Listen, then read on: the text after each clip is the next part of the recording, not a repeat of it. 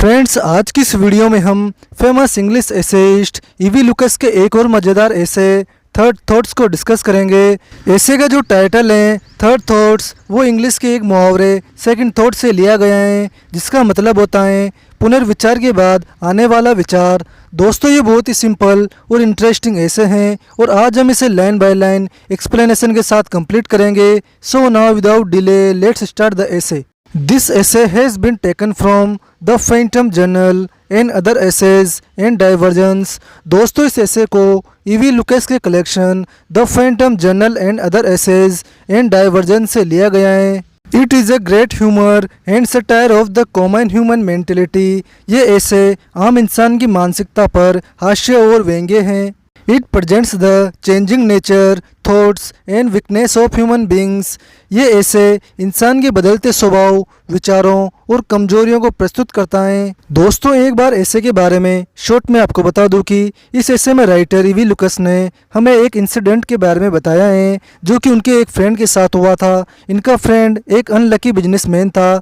ये पेंटिंग्स खरीदने और बेचने का काम करता था। इसे अपने बिजनेस में हमेशा लॉस ही होता था, इसे कभी भी प्रॉफिट नहीं हुआ, लेकिन ये सोचता था कि एक दिन इसका टाइम जरूर आएगा। इस ऐसे में नरेटर राइटर का वही फ्रेंड है जो कि इस ऐसे को नरेट कर रहा है। ऐसे में नरेटर पैसे के लिए इंसान की जो कमजोरी है उसके बारे में बताते हुए कहते हैं कि जहाँ पैसे की बात आती है वहाँ इंसान की मान भावनाएं वो नैतिक गुण भी फीके पड़ जाते हैं। इंसान स्वार्थी और भौतिकवादी होता है। वो पैसों के लिए अपनी लाइफ के नैतिक गुणों को भी बदलने के लिए विचार कर सकता है, यहाँ तक कि अपने नैतिक गुणों को भी चेंज कर सकता है। नरेटर के अकॉर्डिंग चीज़ों को खरीदना और बेचना डीलर और कस्टमर के बीच एक सिंपल सा मैटर है। चीज़ें बेचने से पहले डीलर कस्टमर से ज़्यादा पैसे कमाने की सोच रखता है और कस्टमर भी डीलर से कम प्राइस पर चीज़ें खरीदना चाहता है।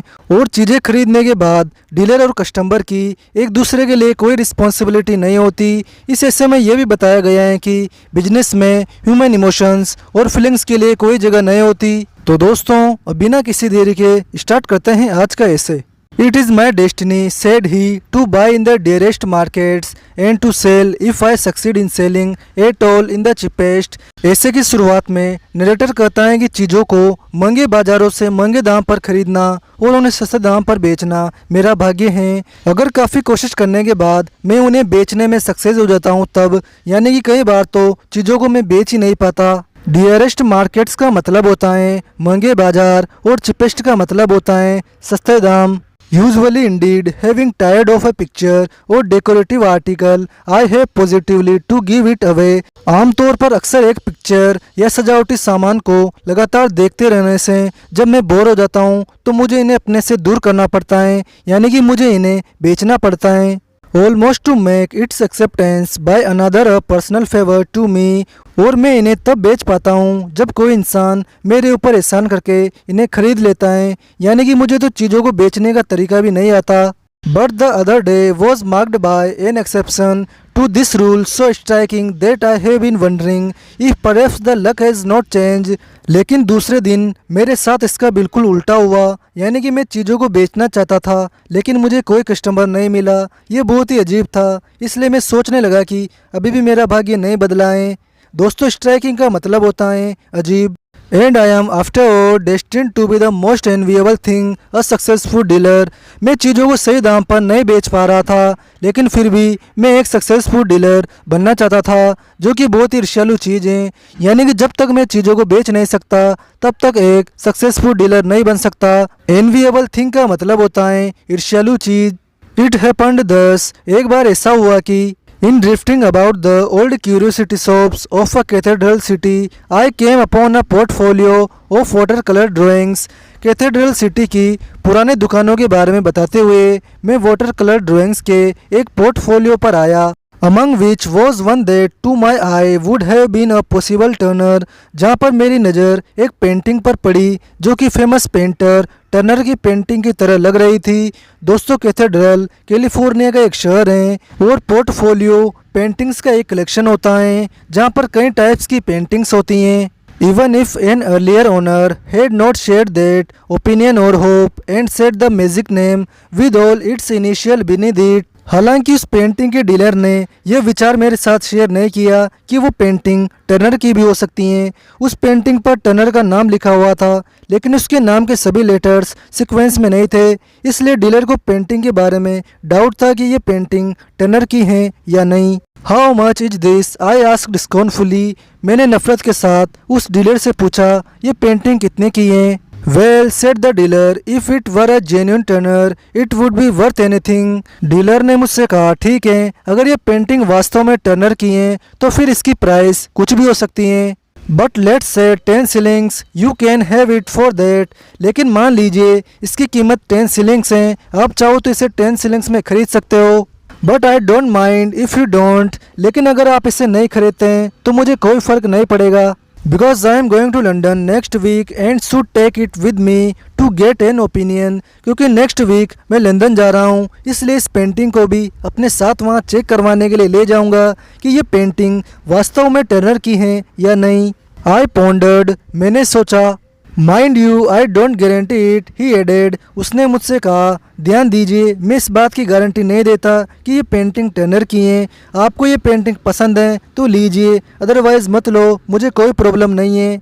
I gave him the 10 shillings. Narrator कहता है कि मैंने उस डीलर को 10 शिलिंग्स दिए और वो पेंटिंग खरीद ली।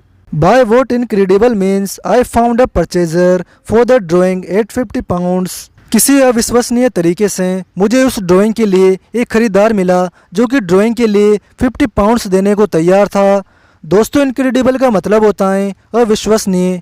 There is no need to tell, for the point of this narrative resides not in bargaining with collectors but in bargaining with my own soul. मुझे इस खरीदार के बारे में ज़्यादा बताने की कोई ज़रूरत नहीं है, क्योंकि इस ऐसे का मेन पॉइंट कलेक्टर्स के साथ मोल भाव करना नहीं है, बल्कि मेरी अपनी आत्मा के साथ मोल भाव करना है। यानी कि ड्राइंग को कैसे बेचना है और कितनी प्राइस पर बेचना है, यही इम्पोर्टेंट है। The astonishing fact remains that I achieved a profit of 49 pounds 10 and was duly elated। Surprise करने वाला फैक्ट यह है कि उस पेंटिंग को 50 पाउंड्स में बेचकर मुझे 49 पाउंड्स और 10 शिलिंग्स का प्रॉफिट हुआ, जिससे मैं बहुत खुश हुआ। दोस्तों, एक पाउंड में 20 शिलिंग्स होते हैं। नरेटर ने उस ड्राइंग को 10 शिलिंग्स में खरीदा और 50 पाउंड्स में बेच दिया। इस तरह उसे 49 पाउंड्स और 10 शिलिंग्स का प्रॉफिट हुआ। I then began to think. इस प्रॉफिट के बाद मैंने सोचना शुरू किया। The dealer, so my thoughts ran in that little street by the cathedral west door, he ought to participate in this. मेरे माइंड में विचार आया कि कैथेड्रल सिटी की उस छोटी सी गली में पश्चिम के द्वार पर जो पेंटिंग डीलर हैं, उसे भी इस प्रॉफिट में पार्टनर होना चाहिए। He behaved very well to me and I ought to behave well to him. क्योंकि जब मैं ये टर्नर की पेंटिंग खरीदने के लिए उस डीलर के पास गया था तो उसने मेरे साथ अच्छा बिहेव किया था, इसलिए मुझे भी उसके साथ अच्छा बिहेव करना चाहिए। It would be only fair to give him half, और अपने प्रॉफिट का आधा हिस्सा उस डीलर को देना चाहिए। Thereupon I sat down and wrote a little note saying that the potential turner drawing, which no doubt he recollected, had turned out to be authentic। इसके बाद मैं बैठ गया और डीलर से यह कहते हुए एक छोटा सा नोट लिखा कि आपको जिस पेंटिंग पर डाउट था कि वो पेंटिंग टर्नर की है या नहीं, वो वास्तव में टर्नर की ही पेंटिंग निकली और मुझे उसे बेचकर बड़ा प्रॉफिट हुआ। And I had great pleasure in enclosing him half of the proceed, and I considered that the only just and decent course। और इसलिए आपको प्रॉफिट का आधा हिस्सा भेजने में मुझे खुशी हो रही है, और मैं मानता हूँ कि खुशी जाहिर करने का इससे अच्छा कोई और तरीका नहीं हो सकता। Having no stamps and the hour being late, I did not post this and went to bed। Note लिखने के बाद मेरे पास कोई स्टैम्प्स नहीं था और 1 घंटा लेट हो जाने के कारण मैंने इसे पोस्ट भी नहीं किया, और फिर मैं सोने के लिए अपने बेड पर चला गया। At about 3:30 I woke wildly up and according to custom began to review my life's errors। मुझे लाइफ में पहली बार इतना बड़ा प्रॉफिट हुआ था, इसलिए खुशी की वजह से मुझे नींद भी नहीं आई, और मैं सुबह जल्दी 3:30 बजे उठ गया और अपनी लाइफ की गलतियों पर विचार करने लगा। Which are in no danger of ever suffering from loneliness. और अकेलेपन में रिलैक्स होने के लिए इससे अच्छा कोई और तरीका भी नहीं हो सकता। From these, I reached by way of mitigation my recent successful piece of chaffering and put the letter to the dealer under both examination and cross examination. अपनी गलतियों पर विचार करने के बाद डीलर को लेटर द्वारा पैसे भेजना और हाल ही में मोल भाव करके ड्राइंग से प्रॉफिट कमाना मुझे याद आ गया, जो कि मैंने लाइफ में पहली बार अचीव किया था। इसलिए मैंने डीलर के लेटर को एक बार फिर विचार करने के लिए टेबल पर रख दिया। मिटिगेशन का मतलब होता है लेटर, चेफरिंग यानी मोल भाव करना। Why so my thoughts ran give him half, मेरे माइंड में वापस विचार आया कि मैं उस डीलर को प्रॉफिट का आधा हिस्सा क्यों दूं। वाई भी क्विक्सोटिक, मुझे इतना मूर्ख नहीं होना चाहिए। दोस्तों यहाँ पर क्विक्सोटिक का मतलब है मूर्ख। This is no world for quixotry, क्योंकि ये दुनिया मूर्खता के लिए नहीं है। दोस्तों क्विक्सोटरी का मतलब होता है मूर्खता। It was my eye that detected the probability of the drawing, not his. He had indeed failed, did not know his own business. आगे नरेटर कहता है कि वो मेरी आंखें थी जिन्होंने उस पेंटिंग की ओरिजिनलिटी को पहचाना, ना कि उस डीलर की आंखें थी। वो डीलर तो उस ड्राइंग की क्वालिटी को पहचानने में फेल हो चुका था। उसे तो अपने बिजनेस की भी नॉलेज नहीं थी, इसलिए उसने मुझे वो ड्राइंग बेची। Why put a premium on inaptitude, मुझे उस डीलर को उसकी मूर्खता के लिए अपने प्रॉफिट का आधा हिस्सा क्यों देना चाहिए। दोस्तों इनएप्टीट्यूड का मतलब होता है मूर्खता। No a present of set 10 pounds at the most would more than adequately meet the case, नहीं प्रॉफिट का आधा हिस्सा तो उसके लिए कुछ ज़्यादा ही होगा, इसलिए इनाम के तौर पर ज़्यादा से ज़्यादा 10 पाउंड्स काफ़ी हैं। एडक्वेटली का मतलब होता है इनफ या पर्याप्त। Sleep still refusing to oblige me, मुझे अभी भी नींद नहीं आ रही है। I took a book of short stories and read one, इसलिए मैंने एक शॉर्ट स्टोरीज की बुक ली और एक स्टोरी पढ़ी। Then I closed my eyes again and again begin to think about the dealer, फिर मैंने अपनी आंखें वापस बंद कर ली और फिर से उस डीलर के बारे में सोचने लगा। Why so my thoughts ran send him 10 pounds, मेरे माइंड में वापस विचार आया कि मैं उस डीलर को 10 पाउंड्स क्यों भेजूँ।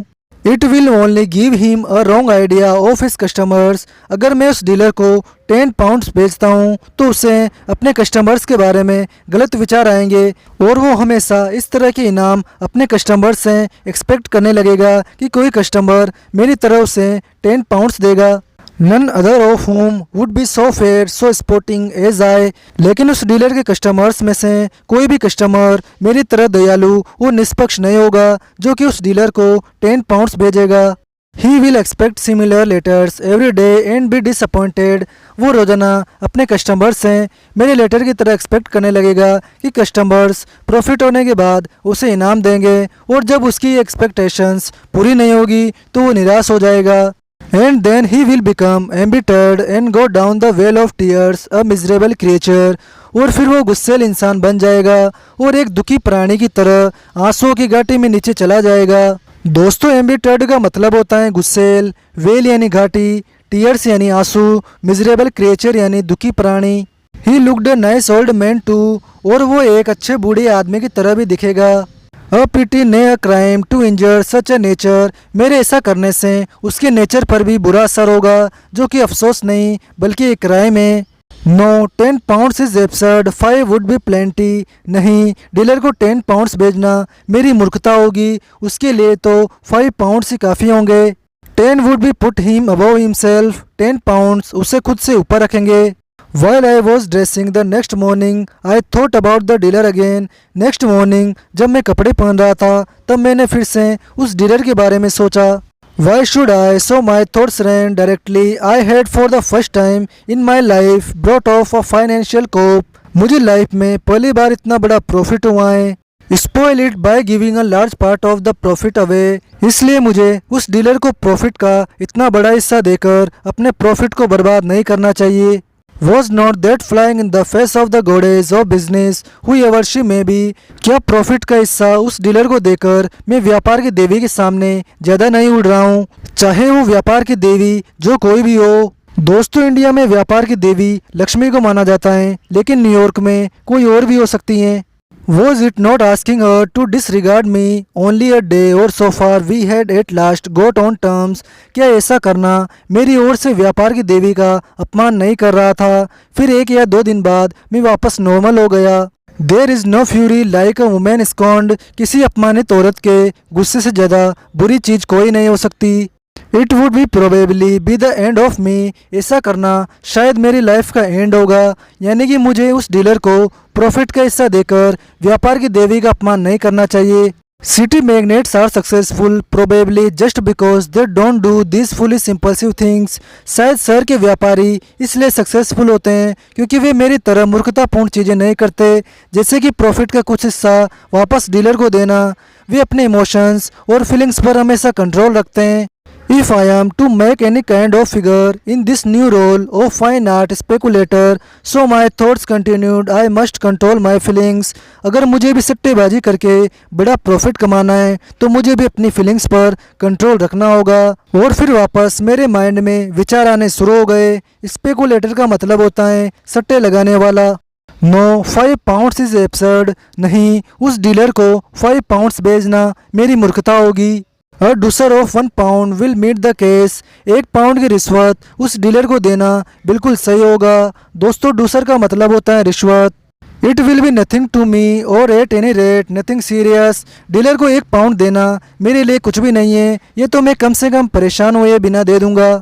But a gift of quail and manna from a clear sky to the dealer without however doing him any harm, हालांकि खाली आकाश से बटेर और मन्ना उस डीलर को बिना नुकसान पहुंचाए देना मेरे लिए बहुत ही सिंपल है, यानी कि मैं 1 पाउंड उस डीलर को आसानी से दे सकता हूं। दोस्तों क्वेल का मतलब होता है बटेर। A pound will be ample accompanied by a brief note, एक छोटे से नोट के साथ 1 पाउंड उस डीलर को भेजना पर्याप्त होगा। The note was to the effect that I had sold a drawing as a profit which enabled me to make him a present. इस नोट में लिखा होगा कि मैंने आपसे जो ड्राइंग खरीदी थी उसे बेचकर मैंने एक बड़ा लाभ कमाया है और इस प्रॉफिट ने मुझे आपको यह गिफ्ट भेजने के योग्य बनाया है। Because it was an old and perhaps odd belief of mine that one should do this kind of thing, good luck should be shared. क्योंकि शायद ये मेरा एक पुराना और अजीब विश्वास था कि इतना बड़ा प्रॉफिट होने पर मुझे इस तरह का काम करना चाहिए, इसलिए मुझे ये प्रॉफिट आपके साथ शेयर करके खुशी होनी चाहिए। I had the envelope in my pocket containing the note and the check when I reached the club for lunch. जब मैं लंच करने के लिए क्लब पहुंचा तब मेरी जेब में एक लिफाफा था जिसमें एक नोट और एक चेक था। दोस्तों एनवेलप का मतलब होता है लिफाफा। And that afternoon I played bridge so disastrously that I was glad I had not posted it. और उस दोपहर मैंने ताश का खेल इतने विनाशकारी तरीके से खेला कि मुझे खुशी हुई कि मैंने वो नोट और चेक पोस्ट नहीं किया। दोस्तों डिजास्ट्रसली का मतलब होता है विनाशकारी। After all, so my thoughts ran as I destroyed the envelope and contents. Such bargains are all the part of game. आखिरकार मैंने उस लिफाफे में रखे 1 पाउंड को भी ताश में खेलकर बर्बाद कर दिया। फिर वापस मेरे माइंड में विचार आया कि इस तरह के मोल भाव तो खेल के हिस्से हैं, यानी कि बिजनेस में लॉस और प्रॉफिट तो होते रहते हैं। Buying and selling are a perfectly straightforward matter between dealer and customer. चीज़ों को खरीदना और बेचना डीलर और कस्टमर के बीच एक सीधा सा मामला होता है। The dealer ask as much as he thinks he can extort and the customer having paid it is under no obligation whatever to the dealer.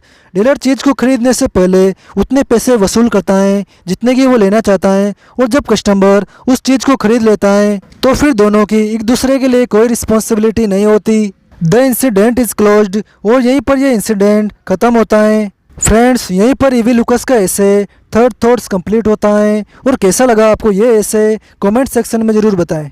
Friends अगर आपको वीडियो अच्छा लगा हो तो इसे लाइक करें, अपने फ्रेंड्स के साथ शेयर करें और चैनल को सब्सक्राइब जरूर करें।